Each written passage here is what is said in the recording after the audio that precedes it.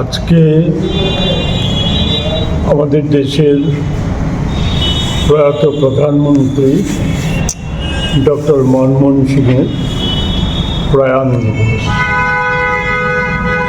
ওনার অর্থনৈতিক পাণ্ডিত্য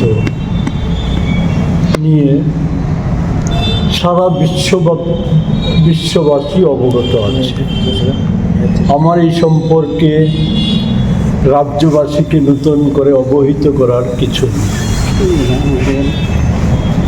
যে বিষয়টা বলবো সেটা হচ্ছে যে আজকের দিনে মনমোহন সিংয়ের যে অর্থনৈতিক চিন্তা, এটা ভারতবর্ষের বর্তমান শাসক দল অনুসরণ না করলে পরেও পৃথিবী অনেক গণতান্ত্রিক দেশ সেই চিন্তাধারা প্রতিফলন করে আজকে অনেকটাই এগিয়ে যাচ্ছে। সেই বিষয়টা খুব অতি সংক্ষেপে যেটা যে কোনো বিষয়, যে মনমোহন সিং এমন একটা ব্যক্তিত্ব ছিলেন আমাদের দেশে, যখন উদার অর্থনীতির হাওয়া গোটা দুনিয়া জুড়ে, সেই সময় মনমোহন সিংজি প্রথম আমাদের দেশে নরসিংহ রাওয়ের সময়ে আমাদের দেশে অর্থমন্ত্রীর দায়িত্ব পালন।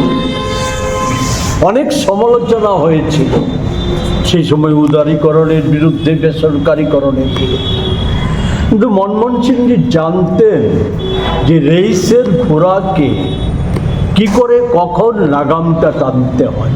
তারই দুটো উদাহরণ।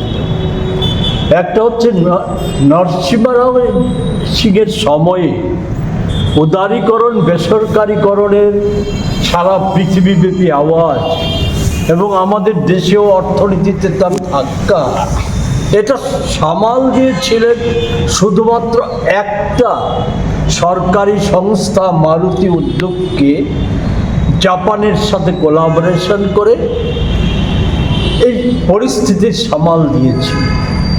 এরপরের ইতিহাস আপনারা জানেন। আবার মনমোহন সিংজি যখন সোনিয়া গান্ধীর আবেদনে সাড়া দিয়ে ভারতবর্ষের প্রধানমন্ত্রীর দায়িত্ব পালন করেন, সেই সময়ে 10 বছরে উদারীকরণ, বেসরকারীকরণের প্রচেষ্টা ছিল, কিন্তু এমন কোনো ক্ষেত্র ছিল না, রাষ্ট্রীয় ক্ষেত্র ছিল না যেগুলিকে সম্পূর্ণভাবে বেসরকারীকরণ করা বা বিক্রি করে দেওয়ার মতো, কর্পোরেটদের হাতে তুলে দেওয়ার মতো ঘটনা সংঘটিত হয়েছে। এটাকেই আমি বলছি লাগাম টেনে ধরা।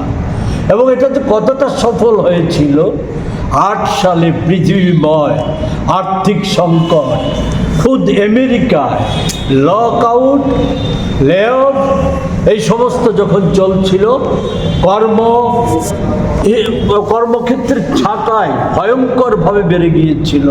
আর মনমোহন সিং তার ধীরতা, সেই ধীরতায় আমাদের দেশে নতুন নতুন কর্মসংস্থান সৃষ্টিতে বিদেশি বিনিয়োগকারীদেরকে আগ্রহ করে তুলেছিল আমাদের দেশে শিল্প কলকারখানা করে তোলার জন্য। এবং জানেন আপনারা, আমাদের দেশে বেকারিত্বের হার সর্বকালীন সেই সময় রেকর্ড 5.1% নামিয়ে এনেছে। আজকে সেই জায়গায় দাঁড়িয়ে, আজকের যে অবস্থা, সেই অবস্থায় দাঁড়িয়ে শুধু একথাটাই বলবো যে আজকে যারা মনমোহন সিংকে নস্যাৎ করে দিতে চাইছে, এই সময়ে আমরা যদি যে মনমোহন সিংয়ের প্রবর্তিত পথ, সেই পথকে যদি আমরা ধরে রাখতে পারছি না, সরকার দিচ্ছে না, সেটা জানেন আপনারা, কথা বাড়াচ্ছি না। রেগা, যেটা মনমোহন সিংজির, সোনিয়া গান্ধীর অনুপ্রেরণায় মনমোহন সিংজির যে অন্যতম শ্রেষ্ঠ অবদান এ দেশের ক্ষেত্রে, একেও তুলে দেওয়ার প্রচেষ্টা শুরু হয়েছে।